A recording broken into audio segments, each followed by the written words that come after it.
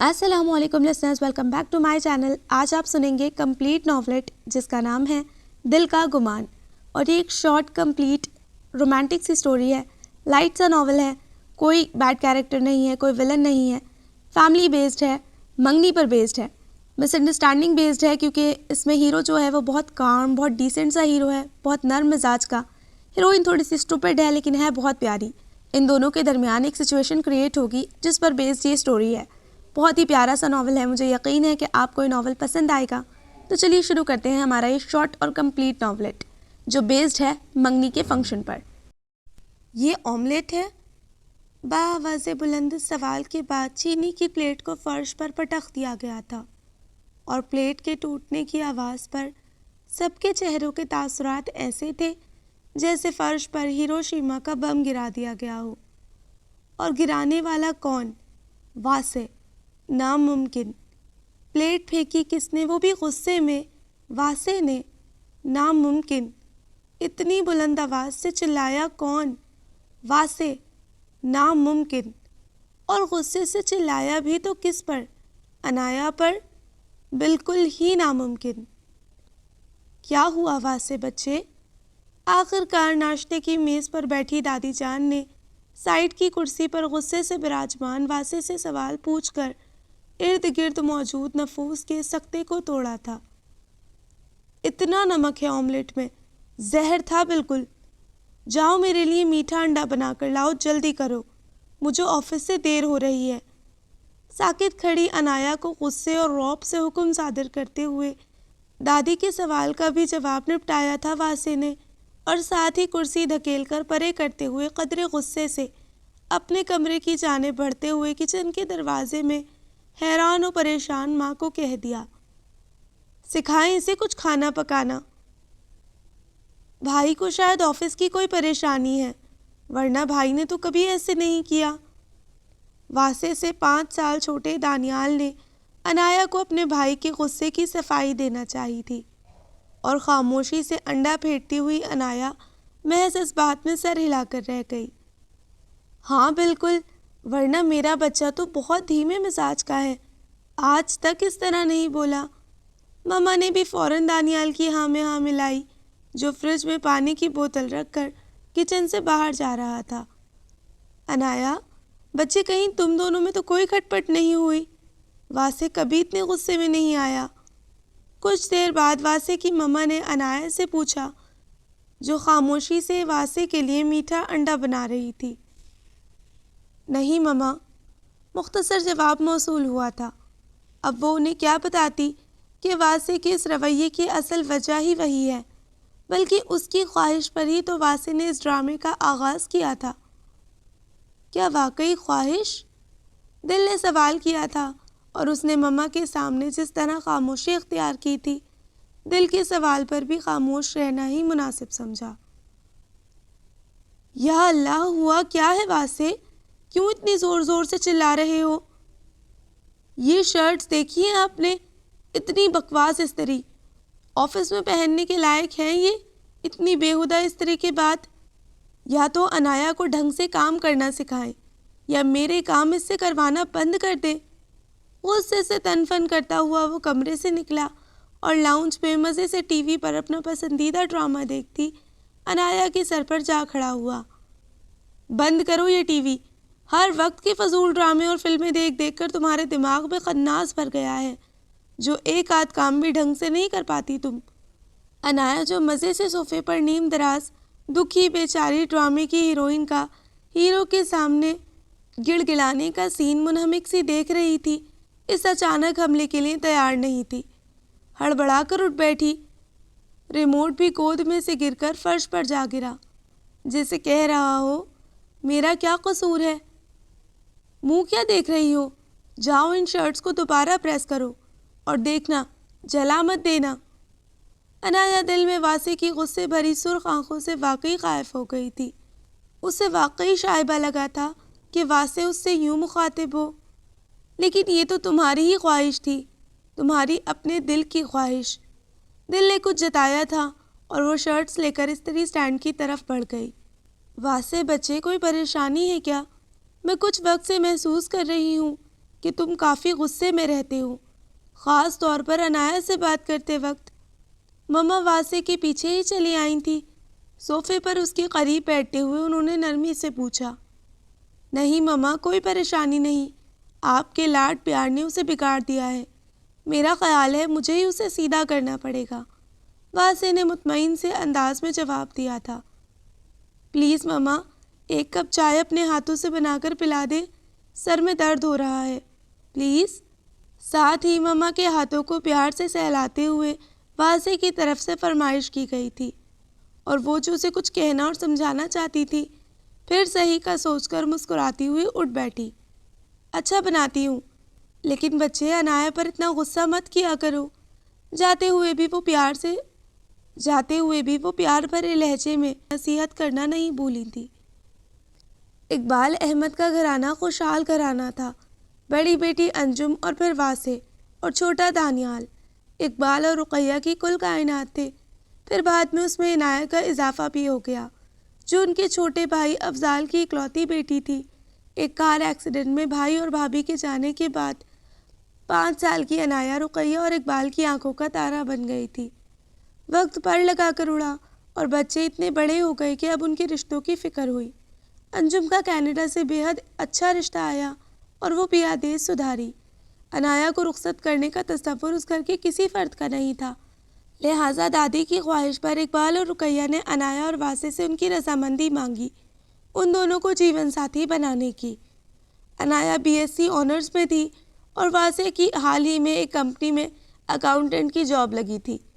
دونوں کو کوئی اعتراض نہیں تھا، لہٰذا گھر میں ہی آفیشیلی بات طے ہو گئی۔ رقیہ نے جھٹ اپنی گولڈ کی رنگ اتار کر عنایا کی انگلی میں ڈال دی اور دادی نے دادا ابو کی رکھی انگوٹھی واسے کی انگلی میں باقاعدہ منگنی یا پھر نکاح کا فنکشن عید پر رکھا جانا قرار پایا۔ اپنے گولو مولو سے بیٹے کے ساتھ پاکستان آ رہی تھی، باقی کے عزیز و اقارب بھی عید پر اکٹھے ہو رہے تھے۔ سب کچھ بہت پرسکون چل رہا تھا۔ منگنی ہوئے تقریباً 7-8 ماہ گزر چکے تھے جب 3 دن قبل یونیورسٹی سے واپسی پر اچانک عنایا نے واسے کو گاڑی ایک طرف روکنے کا کہا اور واضح ناپسندیدگی کا اظہار کرتے ہوئے انگوٹھی انگلی سے اتار کر ڈیش بورڈ پر رکھ دی۔ واسے ہی عنایا کو یونیورسٹی سے پک اینڈ ڈراپ کرتا تھا۔ ایک تو آدھے گھنٹے کی ٹریفک کا رش، اوپر سے عنایا کا بچکانا پن۔ واسے سوچ بھی نہیں سکتا تھا عنایا ایسا کہہ بھی سکتی ہے اور کر بھی سکتی ہے۔ واپسی پر دونوں کا سفر بے حد خاموشی سے کٹا۔ واسے کا شدید غصے کا اظہار خاموش ہو جانا ہی ہوتا تھا، یہ عنایا جانتی تھی۔ واسے بے حد دھیمے مزاج کا صلح جو قسم کا انسان تھا، اسی لیے عنایا کے منہ میں جو آیا وہ بولتی چلی گئی۔ اپنی بھڑاس اور انگوٹھی نکال کر وہ کافی پرسکون ہو گئی تھی، لیکن چند ہی گھنٹوں بعد اس کا یہ سکون رفع چکر ہو گیا جب رات کو واسے اس کے کمرے میں اجازت لے کر آیا اور کرسی پر براجمان 2 منٹ اسے گھورنے کے بعد گویا ہوا۔ واسے کا یہ انداز عنایا کے لیے بالکل نیا تھا۔ ہتھیلیاں پسینے سے بھیگ گئی تھیں اور واسے کی سرخ آنکھوں میں دیکھنے کی ہمت اس میں نہیں تھی۔ آنکھیں جھکائے وہ بس اس کے پلان پر اس بات میں سر ہلا پائی۔ وہ جیسے تن فن کرتا آیا تھا ویسے ہی چلا گیا۔ اس کی قربت کا احساس عنایا کے دل کو ایک نئی لے دے گیا۔ وہ جو واسے میں چاہتی تھی اسے تب نظر آیا جب وہ دونوں ہی یہ رشتہ ختم کر چکے تھے۔ واسے مجھے لائبہ کی طرف ڈراپ کر دے، آج افطار پارٹی ہے نا، اس کی طرف مدعو کیا ہے اس نے۔ عنایا نے نکسک سے تیار واسے کو کوریڈور میں جاتے ہوئے پیچھے سے پکارا۔ وہ خود اس وقت مفید لباس میں ملبوس ہلکے پھلکے میک اپ کے ساتھ معصوم کلی لگ رہی تھی۔ واسے کے پیچھے مڑ کر اسے گھورتے ہوئے دیکھ کر وہ جلدی جلدی وضاحت دیتے ہوئے بولی، اب تو یہاں کوئی نہیں، اب بھلا یہاں پر غصے کا ڈرامہ کیوں کرنا؟ دل ہی دل میں خائف اس نے سوچا تھا۔ دانیال کے ساتھ چلی جاؤ، واسے نے کھردرے پن سے جواب دے کر قدم آگے کو بڑھائے۔ دانیال گھر پر نہیں، اکیڈمی گیا ہے اور افطار کے بعد ہی آئے گا۔ آپ بھی تو ریان بھائی کی طرف جا رہے ہیں، اسی طرف لائبہ کا گھر ہے۔ عنایا واسے کا مما کو ریان کی طرف جانے کا سن چکی تھی، جلدی سے 2 قدم بڑھاتے ہوئے بولی، ہاں واسے چھوڑ دو ذرا عنایا کو لائبہ کی طرف، بچی کا فون آیا تھا، میں نے ہی اجازت دی ہے۔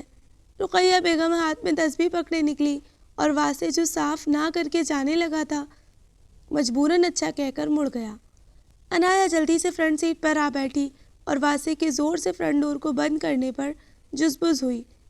بھلا اس بات میں خواہ مخواہ کا غصہ شو کرنے کا کیا تک؟ مجھ سے پوچھے بغیر میرے ساتھ آنے جانے کے پروگرام مت بنایا کرو۔ میرا ریان کی طرف زیادہ دیر تک رکنے کا پروگرام تھا، تمہاری وجہ سے اب جلدی آنا ہوگا۔ گاڑی سٹارٹ کرتے ہوئے خفا سا واسع بولا تھا، اور پھر سارے راستے انایا دل ہی دل میں پہلے کلمے کا ورد کرتی ہوئی دانتوں پر دانت جمائے بیٹھی رہی تھی۔ اتنی ریش ڈرائیونگ واسع نے آج تک نہیں کی تھی، بلکہ ایک دو رکشے والوں پر ہارن دیتے ہوئے وہ چلا بھی پڑا تھا۔ 1.5 گھنٹے بعد آ جاؤں گا میں لینے، تیار رہنا، انتظار نہ کرنا پڑے مجھے، ہدایت دے کر وہ زن سے گاڑی اڑا لے گیا، انایا کا جواب سنے بغیر۔ یہی روح پسند تھا نا تمہیں واسع کا، انجوائے کرو۔ دل نے تانا مارا تھا جو انایا کو کافی برا لگا۔ ہائے انجم آپی، آپ کتنی پیاری اور خوش مزاج ہو گئی ہیں۔ انایا نے انجم کی بات پر ہنستے ہوئے دوسری بار یہ بات کہی۔ بھائی یہ تو صحبت کا اثر ہے، اصفر بہت ہنسمکھ مزاج کے ہیں، غصہ اور رعب ان کے پاس سے بھی نہیں گزرا۔ ویسے میں پہلے بھی سڑیل نہیں تھی، انجم نے مسکراتے ہوئے جواب دیا۔ وہ بہت سے کینیڈا کے واقعات اور چٹکلے ساتھ لے کر آئی تھی اور سب میں بیٹھی سب کو خوب سنا رہی تھی۔ ابھی 1 دن ہی تو ہوا تھا اسے آئے، گھر میں خوب رونق سی ہو گئی تھی اس کے دم سے، اور جب اسکائپ پر وہ اور اصفر بات کر رہے ہوتے تو ان کی بات چیت پاس سے گزرتے ہوئے بندے کو مسکرانے پر مجبور کر دیتی۔ میں تو چلو خوش مزاج ہو گئی ہوں، یہ واسع کو کیا ہوا ہے مما؟ بہت خاموش نہیں ہو گیا اور غصے کا بھی تیز ہو گیا ہے؟ صبح انایا کو سحری میں دیر سے جگانے پر اچھا خاصا ڈانٹ دیا، حالانکہ میں نے ہی کہا تھا کہ تھوڑی دیر بعد جا کر نوک کرنا، اتنی جلدی اٹھا کر کیا کرو گے؟ کچن میں افطاری کی تیاری کرتی ہوئی انجم بولی۔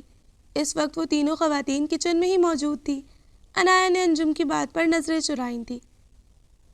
ہاں تمہارے پاپا نے بھی پوچھا تھا واسع سے، پورا گھر ہی حیران پریشان ہے اس کے رویے سے۔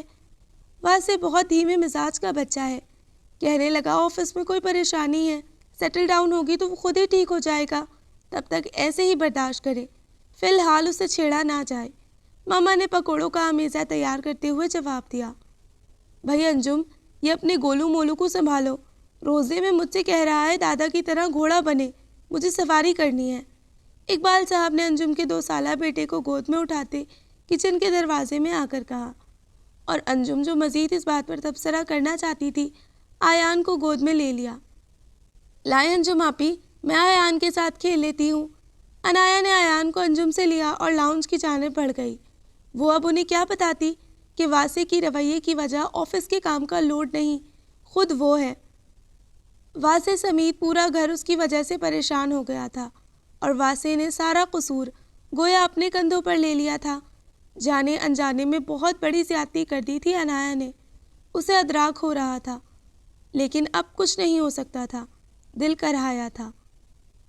کچھ باتیں بے حد معمولی ہونے کے باوجود اتنا گہرا اثر رکھتی ہیں کہ انسان کی زندگی پر اپنے نقوش چھوڑ جاتی ہیں۔ بظاہر چھوٹی سی باریک سی سوئی جب اچانک ہاتھ کی انگلی کی کسی پور میں چبھتی ہے تو بے اختیار سی بھی نکلتی ہے اور جسم بھی جھٹکا کھاتا ہے۔ یہی کچھ انایا اور واسع کے ساتھ ہوا تھا۔ بات بے حد عام اور معمولی ہونے کے باوجود دونوں کی زندگی کو بدل گئی تھی، اور یہ بدلاؤ منفی تھا۔ مما واسع کا کیا مسئلہ ہے؟ عید سر پر آ گئی ہے، منگنی کا فنکشن عید والے روز ہے اور کوئی تیاری نہیں۔ کہہ رہی ہوں شاپنگ کرواؤ تو جواب آتا ہے بزی ہوں، دانیال کے ساتھ کر لو۔ انجم نے جھنجھلاتے ہوئے مما کے پاس آ کر کہا، جو کوریڈور میں بیٹھی دادی کے گھٹنوں کی مالش کر رہی تھی۔ تو چلی جاؤ نا دانیال کے ساتھ۔ کیسے چلی جاؤں؟ بازار میں اتنا رش اور دانیال لاپرواہ بچہ، انجم جھنجھلائی۔ ارے بچے، تم لوگوں نے وہ شاپنگ مال ہی تو جانا ہے، انایا اور تم دانیال کے ساتھ چلی جاؤ، آیان کو ہم سنبھال لیں گے۔ نئی نئی جاب ہے بچہ، اس میں کافی الجھا ہوا ہے، دادی نے انجم کو سمجھایا۔ ہم اپنی شاپنگ تو کر لیں گے دادو، پر واسع کی شاپنگ؟ میری شاپنگ آپ لوگ چھوڑیے، ضرورت ہوئی تو میں خود کر لوں گا۔ سفید قمیض شلوار میں نکھرا نکھرا سا واسع بھی وہیں چلا آیا تھا۔ دادو کے پاس کرسی پر بیٹھتے ہوئے انجم کی بات کا جواب دیا گیا۔ چلو انایا، پھر ہم چلتے ہیں، عید کے تیسرے دن تو میں نے کینیڈا واپس چلے جانا ہے. بیچارے معصوم سے شوہر اور سسرال کو عید پر تنہا چھوڑ آئی ہوں تم لوگوں کے لیے. پاس ہی خاموش بیٹھی عنایا کو مخاطب کرتے ہوئے انجم بڑبڑائی. اتنے سے وقت کے لیے تو آئی ہو آپ ہی. میں تو کہتا ہوں عید انجوائے کرو اور واپس سکون سے جاؤ. یہ منگنی والا کام رہنے ہی دو. واصف نے کرسی پر جھولتے ہوئے اطمینان سے مشورہ دیا تھا. کیا بات ہے بچے، دفتر کا کام زیادہ ہی سر پر چڑھ گیا ہے. یہ سب تو 3-4 ماہ پہلے ہی طے ہو چکا تھا اور قریبی رشتہ داروں کو بھی عید کے روز مدعو کر لیا گیا تھا. سارا انتظام اقبال اور دانیال کر رہے ہیں، ساتھ میں انجم ہے. تمہیں کس بات کی پریشانی ہے؟ دادی نے واصف کو گھورتے ہوئے پوچھا تھا. کسی بات کی نہیں، دراصل میں خود ہیلپ نہیں کروا پا رہا ہوں تو اس لیے. دادی کے سنجیدہ انداز پر واصف بوکھلایا تھا اور عنایا تو بس چپ کا روزہ رکھ کے سب کچھ دیکھ اور سن رہی تھی. کوئی نہیں، تم جاب میں سیٹ ہو جاؤ، شادی کا انتظام ہم خود ہی کر لیں گے. ماما نے تیل کی بوتل کا ڈھکن بند کرتے ہوئے نرمی سے کہا. جاؤ تم لوگ، اب جلدی افطاری سے پہلے آ جانا. اور ایان بھی ابھی سویا ہوا ہے. تمہارے بابا کریڈٹ کارڈ دے کر گئے ہیں نا تمہیں؟ ماما نے انجم سے پوچھا. جی. چلو عنایا جلدی کریں. انجم نے اس بات میں سر ہلایا اور تیار عنایا کو گاڑی کی طرف دھکیلا. عنایا جانی، اپنی مرضی کی شاپنگ کرنا. ماما نے عنایا کو محبت سے ہدایت کی اور عنایا نے یکدم واصف کی جانب دیکھا. نہ جانے کیا تھا اس کی نظروں میں کہ وہ نظریں جھکا کر دھیمے سے صرف اتنا ہی کہہ پائی تھی. جی. شاپنگ مال میں شاپنگ کرتے ہوئے عنایا اب کچھ پریشان اور الجھنے لگی تھی. وہ نوٹ کر رہی تھی کہ 2-3 لڑکوں کا گروپ مسلسل اسے فالو کر رہا ہے. انجم اور دانیال اپنی اپنی شاپنگ لسٹ سنبھالے ادھر ادھر کی شاپس میں جا چکے تھے اور عنایا کے پاس اپنی لسٹ. وہ اکثر شاپنگ مال میں ایسے ہی شاپنگ کرتے تھے. جس کی شاپنگ مکمل ہو جاتی وہ دوسرے کو کال کر دیتا اور وہ اکٹھے ہو جاتے. اس سے قبل کبھی عنایا کے ساتھ ایسا نہیں ہوا تھا. وہ جس بھی شاپ پر جاتی وہ لڑکے اس کے ارد گرد ہی گھوم رہے ہوتے. ان کے دیکھنے کا انداز کافی برا تھا. وہ جو بھی چیز دیکھنے لگتی ان میں سے کوئی نہ کوئی بالکل قریب کھڑا ہو کر ویسی ہی چیز دیکھنے لگتا اور ایسا کرتے ہوئے ایک لڑکے کا کندھا بھی اس کے کندھے سے ٹکرایا. یہ سب اتنا نارمل اور معمولی سا تھا کہ وہ غصہ کرتی تو خواہ کا تماشا ہی بنتا. تنگ آ کر وہ انجم آپی کو فون کر کے ان کے پاس جانے کا سوچ ہی رہی تھی اور ساتھ میں ایک شرٹ دیکھنے کے لیے ہینگر کی طرف ہاتھ بڑھایا جب ایک لڑکے نے وہی شرٹ پہلے نکال لی. وہ اس کے کافی قریب کھڑا تھا. نہ جانے عنایا کیوں ایک دم نروس ہو گئی اور روحانسی سی پلٹنا چاہتی تھی کہ دوسرا لڑکا بالکل پیچھے جا کھڑا ہوا. عنایا کی آواز گلے میں ہی گھٹ گئی. وہ سیلز مین کو بلانا چاہ رہی تھی. تیسرا لڑکا دوسرے لڑکے کے ہاتھ میں شرٹ دیکھ کر بولا. یار یہ شرٹ تو ایک دم دھاسو ہے. جی لیکن یہ میری منگیتر کو پسند آ گئی ہے. آپ سیلز مین سے اسی طرح کی دوسری نکلوا لیں. ایکسکیوز می سر، انہیں اسی طرح کی شرٹ نکال دیں. آواز نہ صرف جانی پہچانی تھی بلکہ جملوں نے عنایا کو ایک دم پرسکون اور محفوظ محسوس کروایا تھا. جی سر، ہم دوسری شرٹ دیکھ لیتے ہیں. وہ لڑکے واصف کے انداز پر بوکھلائے جلدی سے وہاں سے رفو چکر ہو گئے تھے. چلو تمہیں گراؤنڈ ایریا میں چھوڑ دوں. انجم آپی اور دانیال کو بھی وہیں بلا لینا. واصف نے نرمی سے عنایا کا ہاتھ پکڑتے ہوئے کہا اور وہ کسی ٹرانس کی سی کیفیت میں اس کے ساتھ چل پڑی. سفید قمیض شلوار میں اپنے نمایاں قد کاٹ کے ساتھ اس کے ساتھ چلنا عنایا کو کافی اچھا اور محفوظ لگا تھا. آپ یہاں؟ عنایا کے منہ سے سوال پھسلا. ان کے درمیان شروع سے ہی کزنز کا جو رشتہ تھا وہ نہ جانے کتنے ہی سوال کر ڈالتی واصف سے، لیکن گزشتہ چند روز سے اس کی وجہ سے جو غصہ و انداز واصف نے اپنا رکھا تھا اس کی وجہ سے بس اتنا ہی پوچھ پائی. ہاں ریان کے ساتھ آیا تھا، اسے عید کی شاپنگ کرنی تھی. واصف نے سر کھجاتے ہوئے مختصر سا جواب دیا اور لفٹ کی جانب اسے لے کر بڑھ گیا. اتنی دیر سے وہ یقیناً عنایا کو اس کی بے خبری میں فالو کر رہا تھا. تبھی تو لڑکوں کا معاملہ وہ سمجھ گیا تھا اور وہ ایسا کیوں کر رہا تھا عنایا یہ چاہ کر بھی نہیں پوچھ پائی تھی. اللہ، اگر میرا منگیتر ہوتا تو ان لڑکوں کی وہیں پر ٹھکائی کر دیتا. کسی کی کیا مجال جو میری طرف آنکھ اٹھا کر بھی دیکھے. لائبہ نے اگلے روز یونیورسٹی میں عنایا سے کل کی شاپنگ کا واقعہ سن کر فوراً کہا تھا. جب کوئی بات ہی نہیں تھی تو خواہ کا تماشا لگانے کا فائدہ. عنایا گویا ہوئی. آج پہلی بار اس نے واصف کی سائیڈ لی تھی. تمہارا منگیتر ہر وقت لڑائی جھگڑے کے موڈ میں رہتا ہے.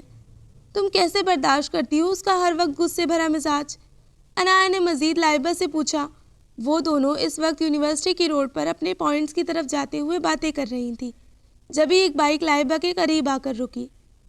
نہایت ہی احمق لڑکی ہو تم۔ موبائل کس لیے ہوتا ہے؟ اگر کوئی الو کا پٹھا بھری دوپہر میں تمہارے فون پہ فون کیا جا رہا ہو یہ بتانے کے لیے کہ محترمہ آج میں تمہیں یونیورسٹی سے لینے آ رہا ہوں، تو اٹھا لیتے ہیں فون کو بھی۔ اب بس کے دھکے کھاتی ہوئی گھر جانا۔ نووارد نہایت ہی غصے میں لائبہ کو ڈانٹتا ہوا جیسے آیا تھا ویسے ہی بائک سٹارٹ کر کے زن سے روانہ ہو گیا۔ اوہو، سائلنٹ پر لگا تھا موبائل۔ حیدر ناراض ہو گیا۔ انسلٹ کے احساس کے ساتھ چہرہ سرخ لیے لائبہ بڑبڑائی تھی۔ غصے کا بہت تیز ہے یار یہ، اور مرد کو غصہ اچھا بھی تو لگتا ہے۔ لائبہ نے انایا کے سامنے اپنی خفت مٹانے کے لیے کہا۔ مجھے تو ایسے ہی پسند ہے حیدر، وہ مزید بولی، لیکن مجھے نہیں پسند۔ مرد کو نہ تو بلا وجہ کا غصہ اچھا لگتا ہے اور نہ ہی اس کو یہ حق ہے کہ وہ کہیں پر بھی اپنی مردانگی جھاڑنے کھڑا ہو جائے اور تم جیسی کمزور لڑکی پر خواہ مخواہ کا رعب بھی ڈالے اور فضول کا غصہ بھی دکھائے۔ مرد غصہ دکھانے سے مرد نہیں لگتا، اور مجھے آج کے بعد اپنے منگیتر کے قصے مت سنانا۔ انایا نے لائبہ کو کھری کھری سنائی تھی۔ لائبہ پیچھے سے محض کندھے اچکا کر رہ گئی تھی۔ دماغ تو خراب نہیں ہو گیا تمہارا؟ واسع نے انایا کے بازو کو جھٹکا دیتے ہوئے پوچھا تھا، اور وہ اس اچانک حملے کے لیے بالکل تیار نہیں تھی، اسی لیے واسع کے کندھے سے جا ٹکرائی۔ احمقوں کی طرح میں یونیورسٹی کے باہر تمہارا انتظار کر رہا تھا۔ الو کا پٹھا سمجھ رکھا ہے کیا مجھے؟ تم جو چاہو وہ کرو، تمہاری ہی منمانی چلے گی۔ واسع کی آواز خاصی بلند تھی۔ انایا کی آنکھوں میں پانی جمع ہونے لگا۔ جب میں نے صبح کہا تھا کہ واپسی پر میں تمہیں لینے آؤں گا تو محترمہ کے دماغ میں کیا خناس بھرا تھا جو بس کے دھکے کھاتے ہوئے واپس آئی ہیں؟ واسع نے ابھی بھی اس کا بازو غصے سے تھام رکھا تھا۔ بولو، وہ تقریباً ہلکی آواز میں چلایا تھا۔ اس وقت اتفاق سے انایا اسے لاؤنج میں ہی نظر آ گئی تھی۔ باقی گھر کے افراد اپنے اپنے کمروں میں روزے رکھے قیلولہ کر رہے تھے۔ میں کیا میں کر رہی ہو؟ بکری ہو کیا؟ واسع نے غصے سے اس کی آواز کاٹی تھی۔ انایا بس رو دینے کو تھی۔ اس نے واقعی واسع کا یہ روپ کبھی نہیں دیکھا تھا، لیکن اب اپنی خواہش پر وہ دل ہی دل میں لعنت بھیج رہی تھی۔ بھول گئی، اتنا کہہ کر وہ واسع سے اپنا بازو چھڑوا کر اپنے کمرے کی جانب دوڑتی ہوئی آئی تھی۔ اسے واقعی اب واسع سے ڈر لگنے لگا تھا۔ نروس ہو جاتی تھی وہ اس کی موجودگی کے احساس سے۔ سیل فون بھی تو گھر پر ہی بھول گئی تھی وہ۔ غلطی تو واقعی تم سے ہوئی ہے۔ دل نے انایا کو کچھ جتایا تھا اور وہ بس خود سے نظریں چرا کر رہ گئی۔ لائبہ سے انایا کی دوستی یونیورسٹی میں ہوئی تھی۔ بے حد باتونی لڑکی تھی اور زیادہ تر باتیں اس کے اپنے منگیتر کے ارد گرد گھومتی تھی۔ وہ کتنا بہادر ہے، کتنا رعبدار ہے اور کتنا غصہ آور۔ لائبہ کے پاس ہر روز کوئی نہ کوئی قصہ اس کے منگیتر کے متعلق ہوتا تھا۔ وہ اس سے کتنی محبت کرتا ہے، کیسے اپنی بات منوا لیتا ہے، کیسے اسے تحفظ دیتا ہے، کیسے خیال رکھتا ہے وغیرہ۔ ایسی باتیں لائبہ کے پاس ہمیشہ ہوتی۔ انایا دل ہی دل میں اس کی منگیتر کی وجاہت بھرے روپ، باروب شخصیت سے متاثر ہوتی جا رہی تھی۔ وہ تو ویسے بھی خاصی قلمی لڑکی تھی۔ آہستہ آہستہ لاشعوری طور پر وہ واسع کا موازنہ لائبہ کے منگیتر سے کرنے لگی تھی، اور واسع کا دھیما صلح جو مزاج اب انایا کو کھٹکنے لگا تھا۔ جیسے ایک روز لائبہ نے بتایا کہ لان میں بیٹھے باہر سڑک پر کرکٹ کھیلتے لڑکوں کی گیند لائبہ کے بازو کو آن لگی۔ حیدر اس کا منگیتر بھی وہیں موجود تھا۔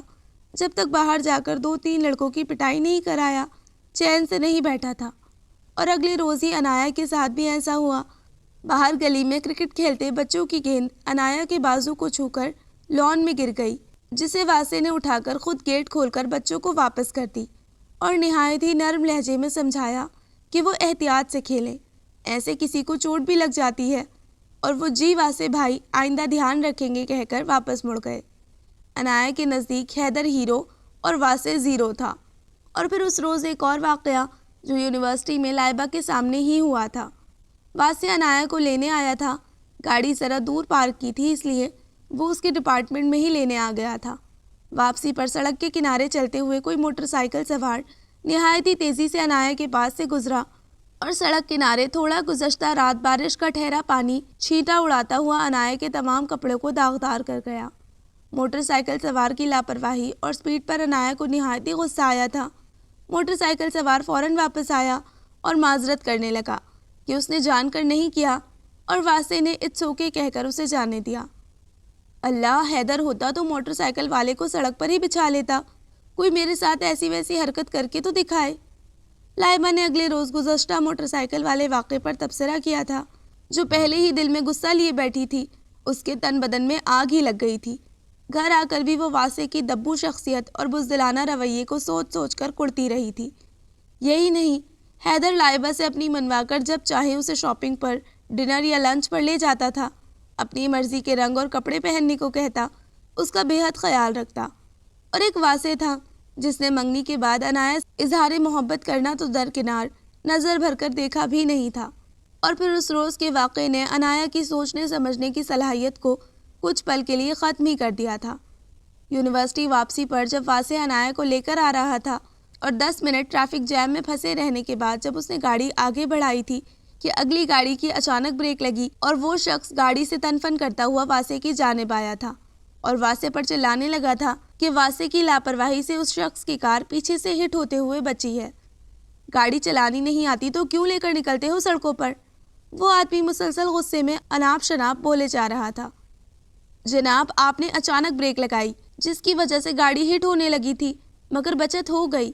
واسع کا وہی نرم اور صلح جو رویہ اچھا خاصا تماشا لگ گیا تھا سڑک پر۔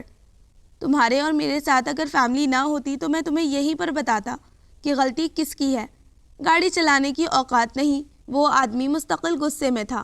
عنایا کو یہ سب بہت برا لگ رہا تھا۔ ایک دو لوگوں نے بیچ میں آ کر اس آدمی کو اس کی گاڑی کی جانب دھکیلا۔ سڑک پر دونوں کی گاڑی رکنے کی وجہ سے پھر سے ٹریفک جام ہو رہی تھی اور وہ آدمی بڑبڑاتا ہوا گاڑی سٹارٹ کر کے چلتا بنا، لیکن واسع اور عنایا کے رشتے کو ختم کر گیا تھا۔ گھر سے قدرے دور عنایا نے واسع سے گاڑی روکنے کو کہا اور اب اس کی برداشت جواب دے گئی تھی۔ وہ سوچ بھی نہیں سکتی تھی کہ واسع اتنا بزدل انسان ہے۔ اتنی انسلٹ پر وہ تہس نہس کر دیتی ہر چیز، اور وہ بے تاثر سا خاموش گاڑی چلا رہا تھا۔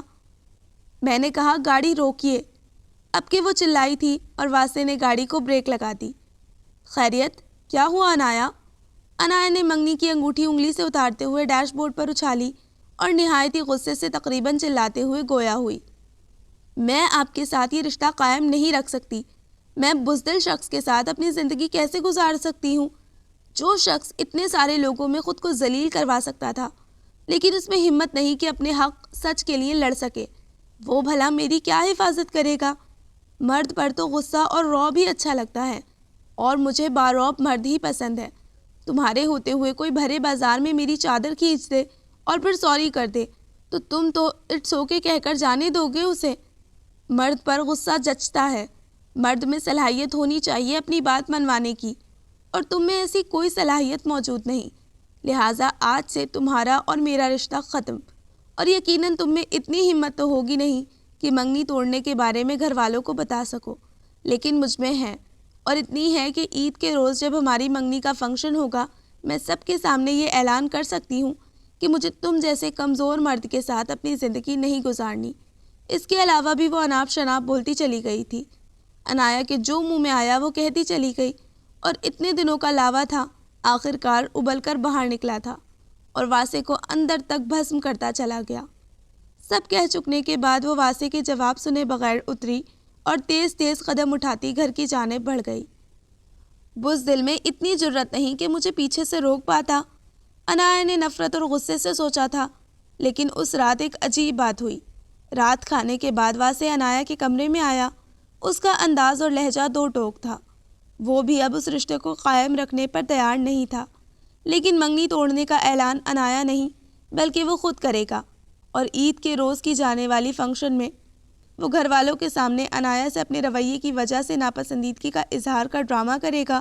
بقول اس کے عنایا نے جو وجہ منگنی توڑنے کی اسے دی تھی، ضروری نہیں گھر والوں کے سامنے وہ اتنی اہم ہو، اور ہو سکتا ہے وہ اسے یہ رشتہ قائم رکھنے کے لیے سمجھائیں اور منائیں، لیکن واسع کے انکار پر وہ اسے برا بھلا تو کہہ سکتے ہیں، لیکن یہ رشتہ دوبارہ جوڑنے کے لیے ہرگز نہیں کہیں گے۔ اس کی گارنٹی وہ اسے دے رہا تھا۔ ٹھیک ہے، شاید میری باتوں کا اثر ہے جو ہیرو بننے کی ناکام کوشش کر رہا ہے، اور یہ بھی تو ہو سکتا ہے کہ وہ تم سے محبت کرتا ہے اور اسی محبت کی خاطر وہ تم پر آنچ نہ آنے دینا چاہ رہا ہو۔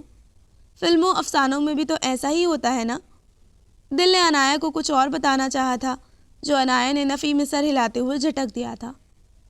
آج چاند رات تھی اور ہر سال بے چینی سے انتظار کرنے والی عنایا کا دل چاہ رہا تھا کہ صبح عید نہ ہو۔ ابھی بھی انجم آپی اس کے دونوں ہاتھوں میں مہندی لگا کر گئی تھی۔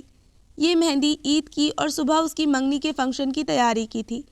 وہ منگنی جو بظاہر سب لوگوں کے گمان میں صبح ہونے والی تھی، لیکن صرف وہ دونوں جانتے تھے کہ صبح یہ منگنی ٹوٹ جائے گی۔ منگنی ہونے کا فنکشن نہیں بلکہ منگنی ٹوٹنے کا فنکشن تھا۔ عنایا کا دل آج خاموش بھی تھا اور اداس بھی۔ تبھی کوئی ہلکی سی دستک دے کر کمرے میں داخل ہوا اور کرسی گھسیٹ کر اس کے کافی قریب ہو کر بیٹھا تھا۔ عنایا نے غیر محسوس انداز میں خود کو بیڈ کی ایک جانب سمیٹا تھا۔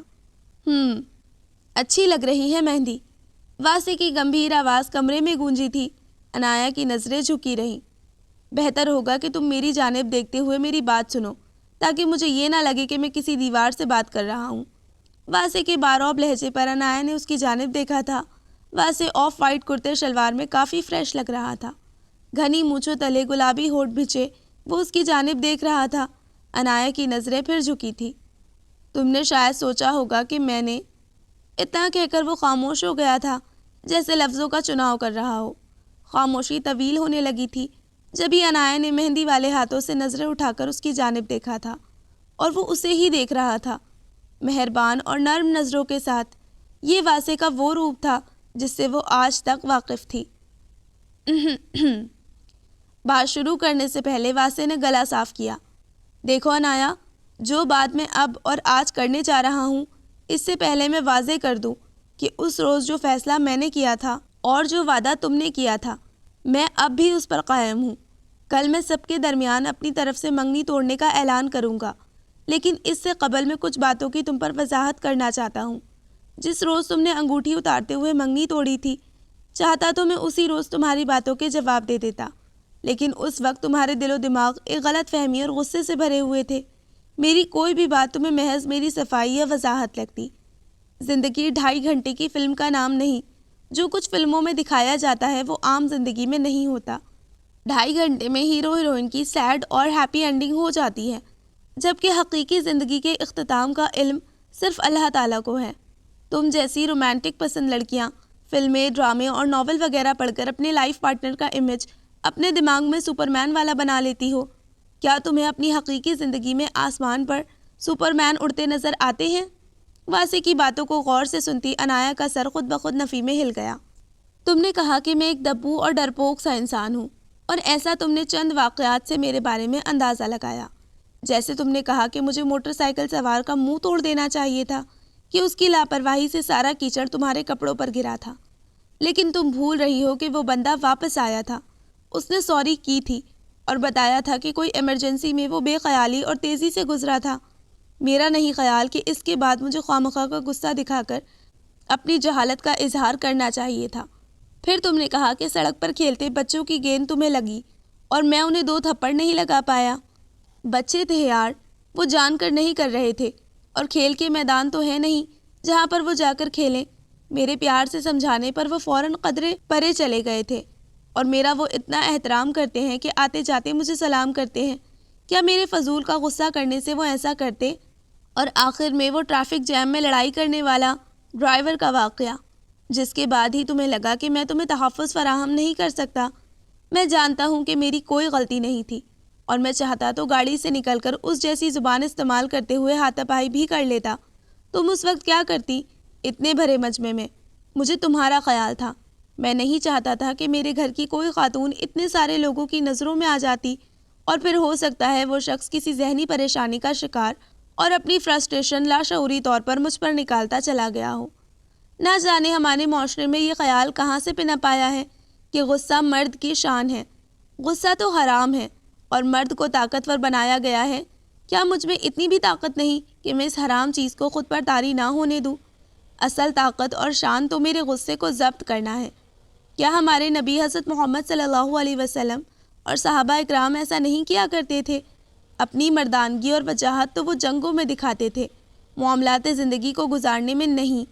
مجھے بھی بے حد غصہ آیا تھا دل چاہا تھا چیخ پڑوں تم پر اور تمہاری اس بے وقوفانہ سوچ کا منہ توڑ جواب دوں جب تم نے یہ کہا تھا کہ اگر کوئی تمہاری چادر بھرے بازار میں کھینچے تو میں اٹس اوکے کہہ کر اسے چھوڑ دوں گا۔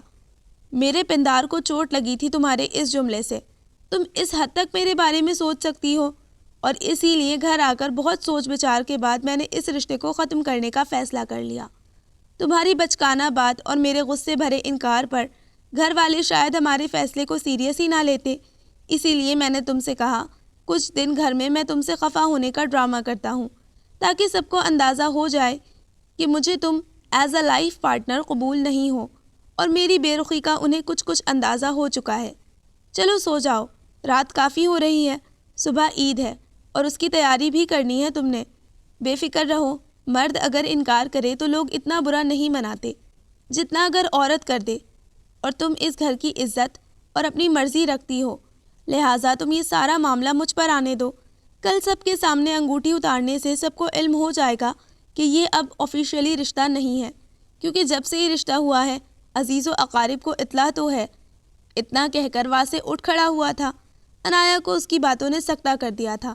لب سیے وہ بس اسے سنتی چلی گئی تھی، ایک بار بھی وہ کہہ نہ پائی تھی کہ یہ سب اس کی بچکانہ اور نادان سوچ تھی، اور اس کی دشمن نما دوست لائبہ کا اپنے منگیتر کے فضول کے قصے کہانیوں کا نتیجہ تھا، جو وہ اتنی بڑی غلطی کر بیٹھی تھی۔ ان چند دنوں میں اسے اندازہ ہو چکا تھا کہ ایک غسیل مرد کے ساتھ زندگی گزارنا کتنا دشوار عمل ہے۔ وہ اسے کہنا چاہتی تھی کہ پلیز واسے، اس کی نادانی کی اتنی بڑی سزا مت دو اسے۔ اسے اب اندازہ ہوا تھا کہ دل تو اس مہربان شخص پر نہ جانے کب سے فدا ہے، جو اس کی بچکی حرکت پر سزا بھی خود بھگتنے کو تیار ہو چکا تھا اس رشتے سے انکار کر کے۔ کب سے عنایا کے چہرے پر جھولتی لٹ کو واسے نے ایک قدم بڑھ نرمی سے اپنی انگلی کی مدد سے اس کے کان کے پیچھے کرتے ہوئے دھیرے سے سرگوشی کی تھی۔ شب خیر، اور اتنا کہہ کر وہ کمرے سے نکلتا چلا گیا۔ عنایا کا دل دہاڑے مار مار کر رویا تھا، واسے کے قدموں سے لپٹ کر معافی مانگنے کے لیے بضد ہوا تھا، لیکن عنایا برف سے بنے مجسمے کی مانند ساکت ہی بیٹھی رہی تھی۔ وہ جانتی تھی کہ اگر وہ واسے سے اپنی نادانی کی معافی مانگتی تو وہ اسے فوراً معاف کر دیتا۔ وہ تھا ہی ایسا سلحجو، شاید وہ اسی لیے آج آخری بار اس کے پاس آیا تھا، لیکن یہ سب اس نے خود نہیں کیا۔ اس جیسی بے وقوف سوچ کی حامل لڑکی کی یہی سزا تھی کہ واسے جیسا بہترین انسان اسے حاصل نہ ہوتا۔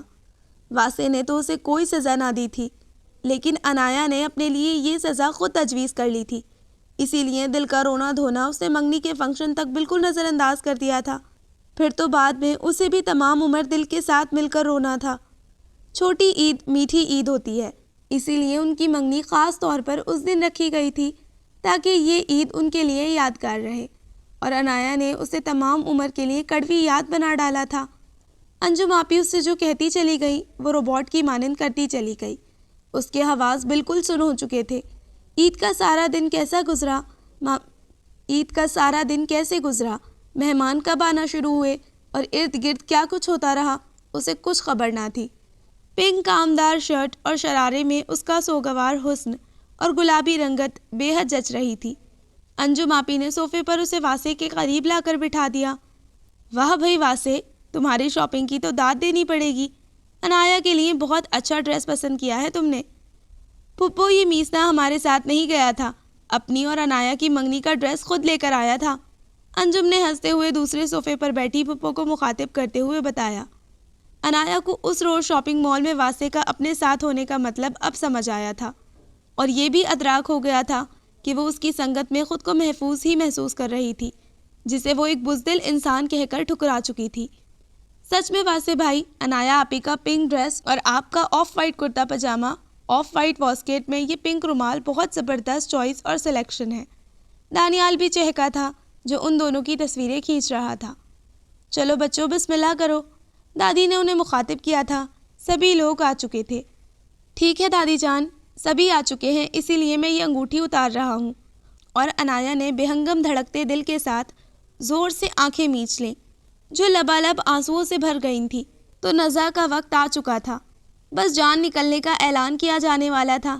عنایا کے دل و دماغ پر ماتم طاری تھا۔ کیوں واسے، کیا ہوا؟ ماما اور پھر پاپا کی حیرت بھری آواز گونجی۔ باقی تو سب حیران و پریشان ساکت رہ گئے تھے۔ بھائی یہ دادا جان کی انگوٹھی ہے، جب یہ رشتہ ہوا تھا تب دادو نے نشانی کے طور پر پہنائی تھی، اب انایا کیا مجھے انگوٹھی کے اوپر انگوٹھی پہنائے گی؟ یہ اتاروں گا تو میری پسند کی رنگز ایک دوسرے کو پہنائی جائیں گی نا۔